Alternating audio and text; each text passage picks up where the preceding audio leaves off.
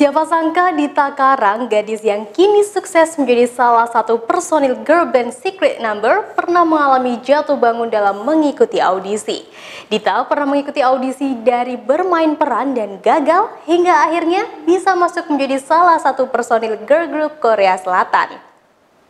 Dikutip dari Tribun Wow pada Senin 25 Mei 2020, gadis kelahiran 1996 ini memutuskan melanjutkan pendidikannya di Amda College and Conservatory setelah lulus SMA. Dita Karang mengaku memilih kuliah dance karena dari kecil memang sudah menyukai seni gerak tubuh tersebut. Meski begitu, di Amda College and Conservatory, dirinya tidak hanya belajar dance saja. Ia juga belajar seni peran, musikal, dan juga bernyanyi. Setelah lulus dari Amda, Dita mencoba mendaftar ke agensi atau drama musical base yang berada di Amerika Serikat juga. Namun dari beberapa agensi itu, tak jarang Dita ditolak. Hal tersebut sempat membuat Dita berpikir bahwa berkali-kali ia mencoba audisi namun selalu ditolak. Meski begitu, akhirnya ada beberapa peran kecil yang berhasil didapatkannya. Namun Dita tetap merasa impian utamanya belum terpenuhi. Lalu Dita berpindah haluan dan mendaftar ke kelas K-pop dance studio di New York. Dita mengaku pernah ikut audisi Big Three, tapi lagi-lagi tidak lolos. Namun darah kelahiran Yogyakarta ini tidak terus berputus asa. Ia sempat kembali ke Indonesia dan memutuskan untuk pergi ke Korea Selatan untuk mengikuti perkumpulan dance bernama One Million. Bisa dibilang ini aksi nekat Dita, karena ia pergi ke Korea seorang diri dan mendaftar One Million tanpa kenalan sama sekali. Sementara ia mengikuti kelas di One Million, ia juga tetap ikut audisi lagi di Fine. Akhirnya Dita diterima saat itu juga.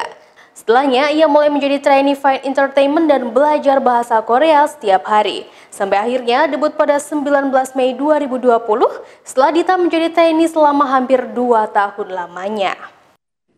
Jadi kapan ya itu aku mulai, aku kayaknya aku pengen ini, kayaknya aku pengen. Sebenarnya karena aku emang suka dance kan dari dulu.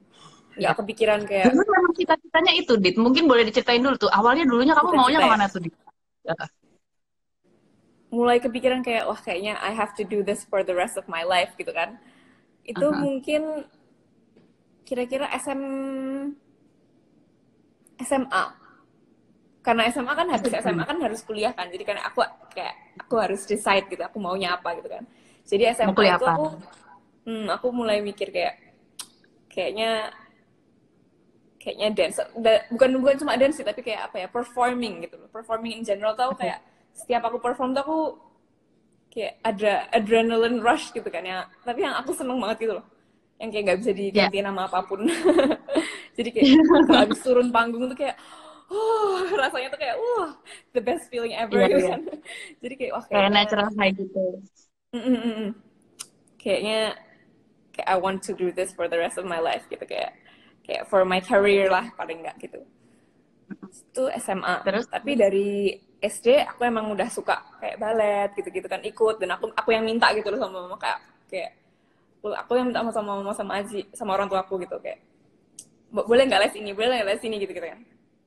Ya. Terus SMP aku baru kayak into K-pop tuh SMP, karena ada Oke. yang namanya cover dance gitu-gitu kan. Dulu lagi Kamu hits dulu banget lah pertama kali suka pokoknya. K-pop apa? 21, nama 21, grupnya oke. 21. Jadi aku cover 21 sama teman-teman aku.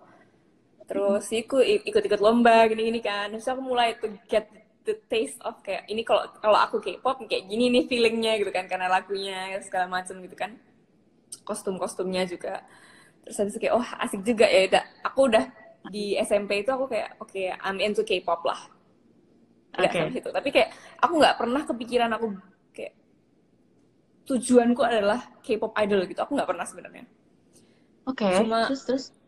SMA gitu-gitu aku kayak performing, aku pengen perform lah pokoknya intinya. Jadi kayak tapi kan gimana ya, untuk keluarga juga mungkin kayak performing for your kerjaan gitu, kayak jadi performer mungkin kerjaan, oke. Itu bukan cuma sampingan Tadinya apa hobi kayak gitu ya. you know. Bisa jadi kayak gitu kan mikirnya, tapi kayak ya mereka juga tahu betapa enjoynya aku kalau aku perform segala macam.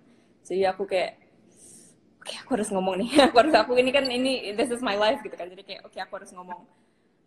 Oke, this is what I want and I can take responsibility gitu loh. Kayak aku mau take responsibility untuk apa ya? Untuk to have this gitu loh. Untuk jadi apa performer gitu.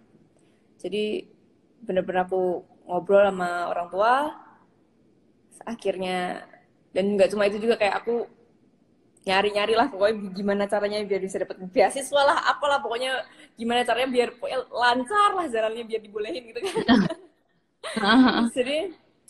jadi sempat untungnya ke arah Broadway dulu apa gimana tuh jadinya? gimana? Jadi sempat mengarahkan fokus ke Broadway dulu apa gimana tuh, to be a performer gitu?